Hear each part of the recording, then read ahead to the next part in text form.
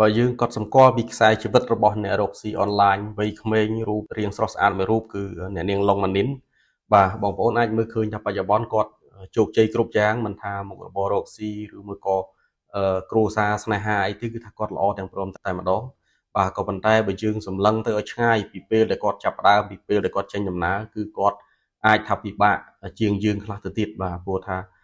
គាត់ចេញពីគ្រួសារដ៏អត្តឃាតមួយបាទដ៏ក្រីក្រមិនមែនត្រឹមតែក្រីក្រទេគឺដ៏ក្រីក្រទៀតណាបងប្អូនព្រោះតាមតែខ្ញុំធ្លាប់បានជួបសម្ភាសគាត់ផ្ទាល់កាលពីយូរហើយហើយជាខ្ទង់3 4ឆ្នាំហើយកាលដែលខ្ញុំនៅធ្វើការឲ្យក្រុមហ៊ុននោះ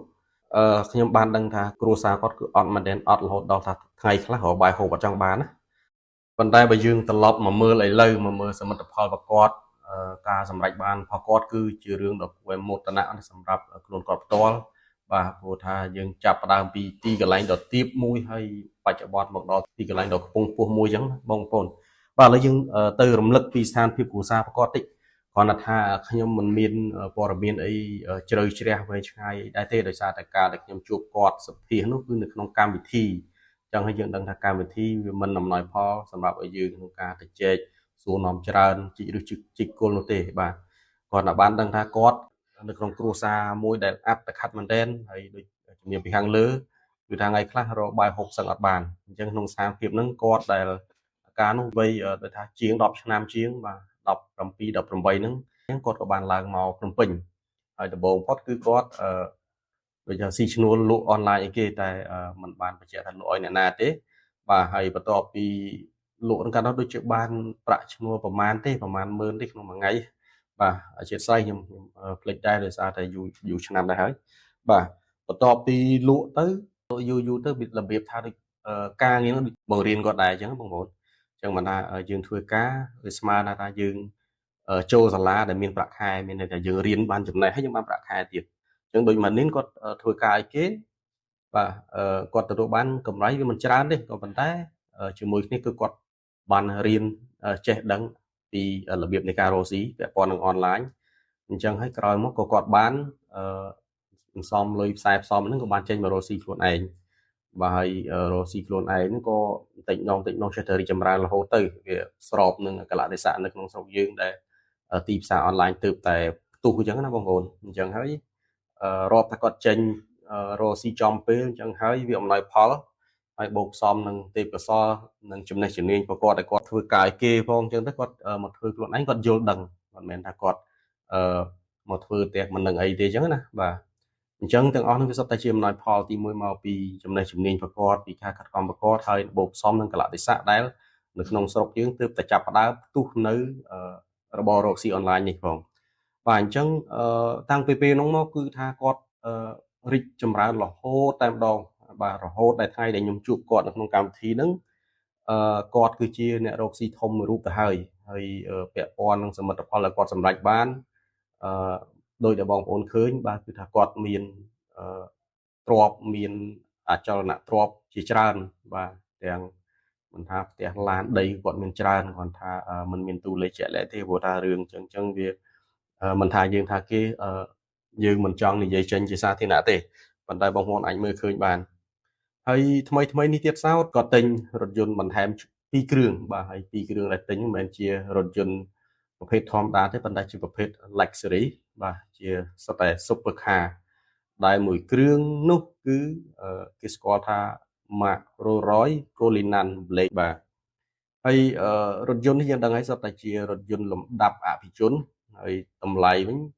បាទតាមព័ត៌មានគេថាមានតម្លៃដល់ទៅជាង$700,000អាមេរិកណាបងប្អូនបាទហើយក្នុងថ្ងៃតែមួយហ្នឹងគាត់ទិញដល់ទៅ2គ្រឿងបាទមួយគ្រឿងទៀតនោះគឺ Mark Ferrari បាទពណ៌ក្រហមក៏ប៉ុន្តែมันមាន model ហើយនឹងតម្លៃត្រូវបានទម្លាយចេញនោះទេរថយន្តទាំងពីរត្រូវបានដឹកមកដល់ផ្ទះគាត់នៅថ្ងៃម្សិលមិញបាទហើយក៏គាត់បានធ្វើវីដេអូបង្ហោះទាំងរូបថតបង្ហោះពេញបណ្ដាញសង្គមទៅបាទ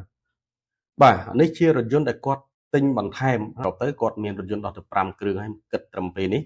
ហើយដែលសុទ្ធតែជាប្រភេទ luxury car ទាំងអស់បាទក្នុងនោះមានប្រភេទដោយការឆ្នាំមុនគាត់បានទិញរថយន្តមួយគ្រឿងដែរគឺ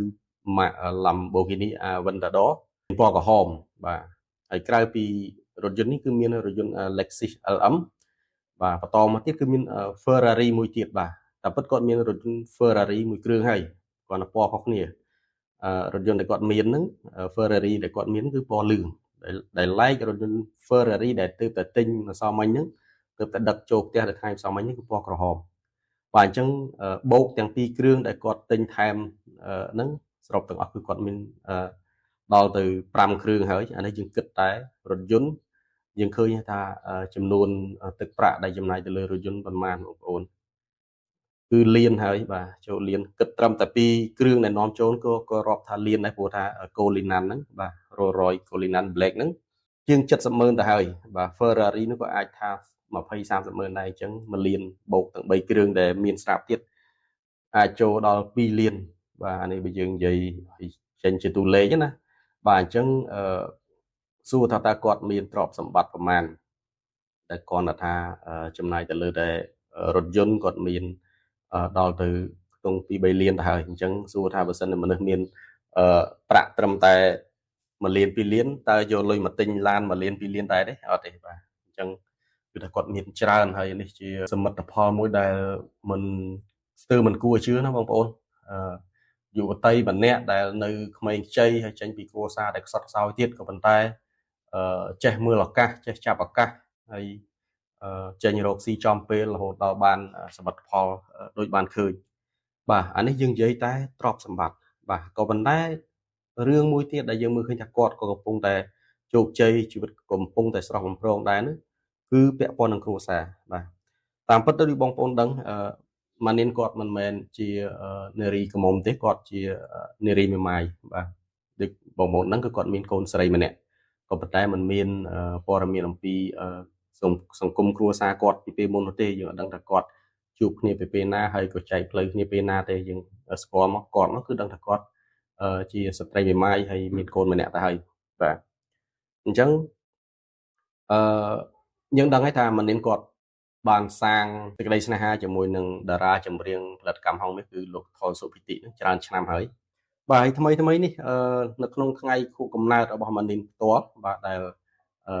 គូស្នេហ៍ខាងប្រុសជាអ្នករៀបចំឲ្យនោះបាទគឺថាគេឃើញថាភិតិបាននិយាយថាបំពាក់ចិញ្ចៀនពេជ្រម៉ានីនបង្ហោះដូចជា2វងបងប្អូនបាទអ្វីដែលគួរចាប់អារម្មណ៍គឺថាភិតិបានលុតជង្គង់បំពាក់ចិញ្ចៀនហើយសួរថាព្រមរួមរស់ជាមួយគាត់មួយជីវិតតែអត់អានេះគឺជាការស្នើសុំធ្វើជាដៃគូជីវិតណាបងប្អូនគាត់ថាអត់ទាន់មានព័ត៌មានអំពីការរៀបការទេតាមពិតទៅនៅមុននេះប្រហែលជាពី3ខែមុននេះគឺធ្លាប់មានឬព័ត៌មានពាក់ព័ន្ធនឹងមង្គលការពួកគេដែរក៏ប៉ុន្តែក៏ស្ងាត់ទៅបាទអញ្ចឹងគាត់ត្រូវតែទទួលបានអំណោយដ៏ល្អទាំងបេះដូងទាំងទឹកចិត្តពីគូស្នេហ៍បាទនៅចាំតែថ្ងៃចូលរោងជ័យពិតប្រាកដទេអញ្ចឹងហើយដូចជាខ្ញុំជំរាបជូនពីខាងលើគឺថាម៉ានីនគាត់ត្រឹមពេលនេះគឺគាត់ជោគជ័យគ្រប់យ៉ាងថាគ្រួសារមិនថាមុខរបររកស៊ីអីទេគឺថាដំណើរការល្អទាំងព្រមតែម្ដងបាទនេះជាជីវិតដ៏គួរឲ្យមោទនភាពសម្រាប់គាត់ខ្លួនឯងបាទអញ្ចឹងអានេះការ